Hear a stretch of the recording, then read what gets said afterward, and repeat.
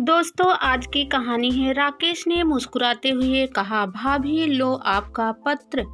आंगन में बैठी बिमला देवी ने बहू के हाथों में पत्र देखा तो बोली, किसका पत्र है बहू? मेरे एक मित्र का पत्र है माँ जी। कहते हुए विभा पत्र लेकर अपने कमरे में दाखिल हो गई तो राकेश अपनी माँ के पास पड़ी कुर्सी पर आ बैठा।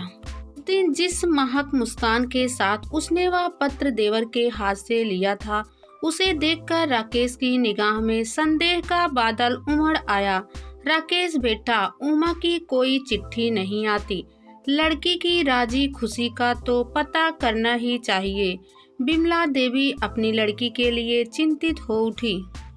आपकी बहू अपने मित्रों को पत्र डालने जाती है, माँ अपनी ननद को नहीं। जिन्हें आप पत्र डालने जाती है उनकी लगातार चिट्ठियाँ आती रहती है। अब देखो, इस पिछले 15 दिनों में उनके पास यह दूसरा गुलाबी लिफाफा आया है। उन्होंने राकेश से पूछा, पत्र कहाँ से आया है?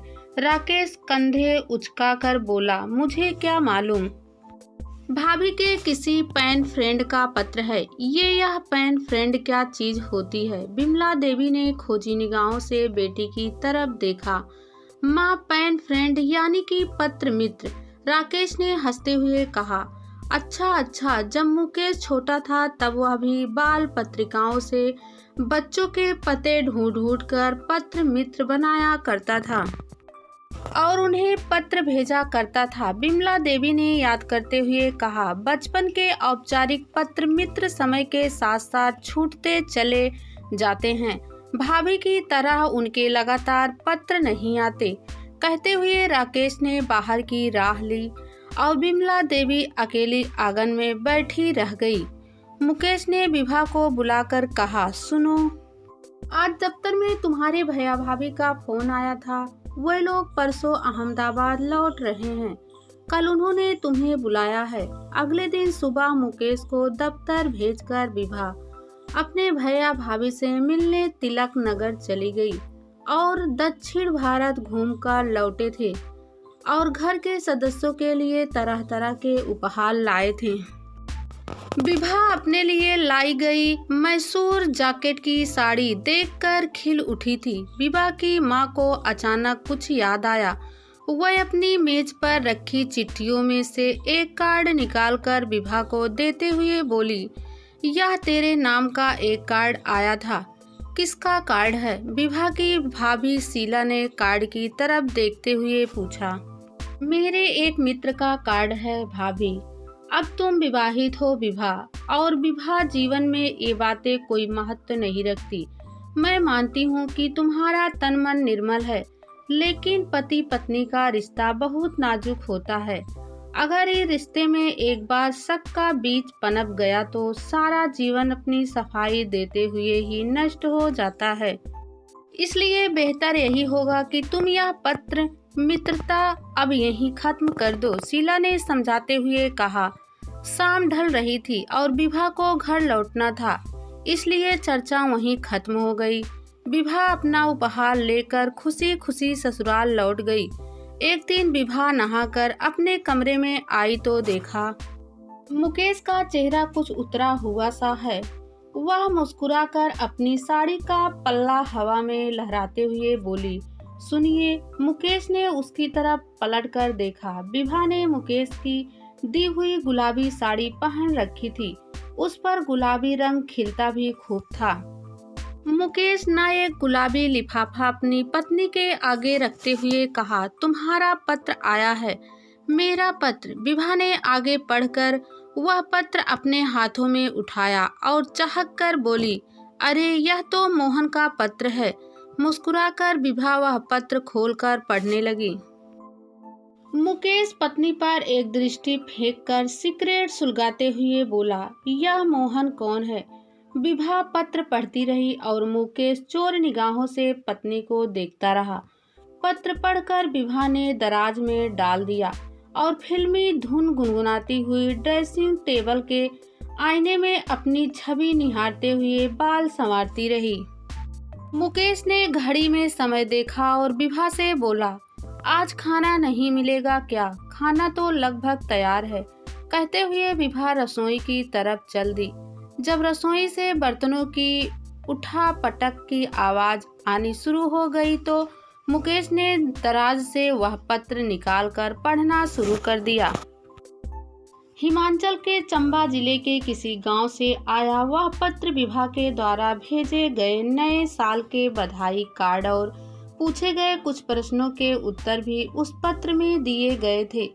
पत्र की भाषा लुभावनी और लिखावट सुंदर थी। सपरिवार खाना खा रहे थे। मुकेश को पत्नी पर गुस्सा आ रही थी। मुकेश की स्थिति देखकर राकेश ने निश्चय किया कि वह इस बार भाभी के नाम आया कोई भी पत्र मुकेश के ही हाथों में देगा। जितनी जल्दी हो सके इन पत्रों का रहस्य भैया के आगे खुलना ही चाहिए। राकेश के हृदय में बनी योजना ने साकार होने में अधिक समय नहीं लिया।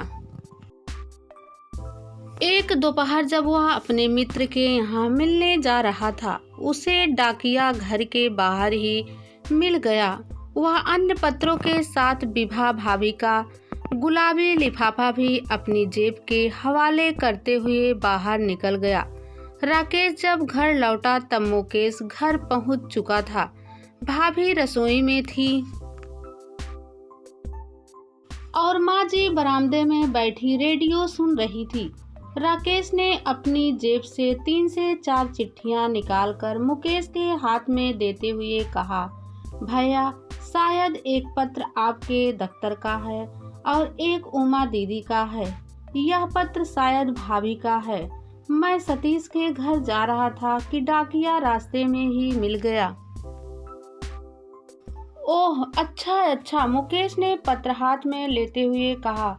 अपने दफ्तर का पत्र उसने दफ्तरी कागजों में रख लिया और उमा का पत्र घर में सबको पढ़कर सुना दिया। विभा के नाम से आया पत्र उसने तकिए के नीचे रख दिया। रात को कामकाज निपटाकर विभा लौटी तो मुकेश ने गुलाबी लिफाफा उसे थमाते हुए कहा, यह लो तुम्हारा पत्र, मेरा पत्र। इस समय विभा ने आश्चर्य से कहा, आया तो यह दोपहर की ही डाक से था जब मैं दफ्तर में था, लेकिन अभी तक यह आपके देवर की जेब में था। मुकेश ने पत्नी की तरफ देखते हुए कहा। विभा ने मुस्कुराकर वह पत्र खोला और पढ़ने लगी। शायद पत्र में कोई ऐसी बात लिखी थी जिसे पढ़कर वह खिलखिलाकर हंस पड़ी। मुकेश ने इस बार पलटकर पूछा, मोहन का पत्र है? हाँ, लेकिन आपने कैसे जान लिया? विभा ने हंसते हंसते ही पूछा। लिफाफे को देखकर। कुछ और बताओगी? हाँ, क्यों नहीं। मोहन एक सुंदर नवयुवक है। उसका व्यक्तित्व बहुत आकर्षक है। मुझे तो उसकी शरारती आंखों की मुस्कुराहट बहुत भाती है, विभा ने सहज भाव से कहा। पर मुकेश शक और ईर्ष्या की आग में जल उठा। मुकेश ने फिर पत्नी से कोई बात नहीं की और मुंह फेर कर लेट गया। घर गृहस्थी की गाड़ी ठीक पहले जैसी ही चलती रही, पर मुकेश का स्वभाव और व्यवहार दिनों दिन बदलता चला गया। अब अक्सर वह देर रात घर लौटता, सिगरेट पर सिगरेट फूंकता रहता। आखिर एक शाम विभा ने मुकेश के हाथों से सिगरेट छीनते हुए तुनक कर कहा, आप मुझे देखते ही नजरें क्यों फेर लेते हैं? क्या अब मैं सुंदर नहीं रही? मुकेश ने विभा की बात का कोई जवाब नहीं दिया। आप किस सोच में डूबे रहते हैं? देखती हूँ आप आजकल सिगरेट ज्यादा ही पीने लगे हैं। बताइए ना। विभा की आंखों में आंसू भर आए। तुम तो उतनी ही सुंदर हो जितनी शादी के समय थी, पर मैं ना तो मोहन की तरह सुंदर हूँ, ना ही बलिष्ठ, ना मैं उसकी तरह योग्य हूँ, ना आकर्षण। मुकेश ने रूखे स्वर में जवाब दिया। क्या कह रहे हैं आप? मैं अब तुम्हें साफ साफ बता देना चाहता हूँ कि अब मैं तुम्हारे साथ अधिक दिनों तक नहीं निभा सकता। मैं बहुत जल्दी ही तुम्हें आजाद करने की सोच रहा हूँ। जिससे तुम मोहन के पास आसानी से जा सको। यह क्या कह रहे हैं आप? मैं वही सच कह रहा हूँ जो तुम नहीं कह सकी और छिपकर प्रेम का नाटक खेलती रही। अब मुकेश के सुर में करवाहट घुल गई थी। मोहन सिर्फ मेरा पत्र मित्र है और कुछ नहीं। मेरे मन में आपके प्रति गहरी निष्ठा है। आप मुझ पर शक कर रहे हैं। तुम चाहे अब अपनी कितनी भी सफाई क्यों ना दो, लेकिन मैं यह नहीं मान सकता कि मोहन तुम्हारा केवल पत्र मित्र है। कौन पति यह सहन कर सकता है कि उसकी पत्नी को कोई पराया मर्द प्रेम पत्र भेजता रहे? मुकेश का सुर अब नफरत में बदलने लगा था। आप पत्र पढ़कर देख लीजिए, यह कोई प्रेम पत्र नहीं है। विभा ने जल्दी से मोहन का पत्र दराज से निकालकर मुकेश के आगे रखते हुए कहा, यह पत्र अब तुम अपने भविष्य के लिए संभाल कर रखो। मुकेश ने मोहन का पत्र विभा के मुंह पर फेंकते हुए कहा, तुम जानते नहीं हो मुकेश, मेरी दोस्ती सिर्फ कागज के पत्रों तक ही सीमित है। मेरा मोहन से ऐसे वैसे कोई संबंध नहीं है। अब मैं तुम्हें कैसे समझाऊं? विभा अब सचमुच रोने लगी थी। विभा ने आश्चर्य से घड़ी की तरफ देखा। 8 बज रहे थे। विभा घबराकर जल्दी से रसोई में पहुंची। वह मुकेश के लिए नाश्ता बनाकर लाई, परंतु वह जा चुका था। विभा मुकेश को दूर तक जाते हुए देखती रही।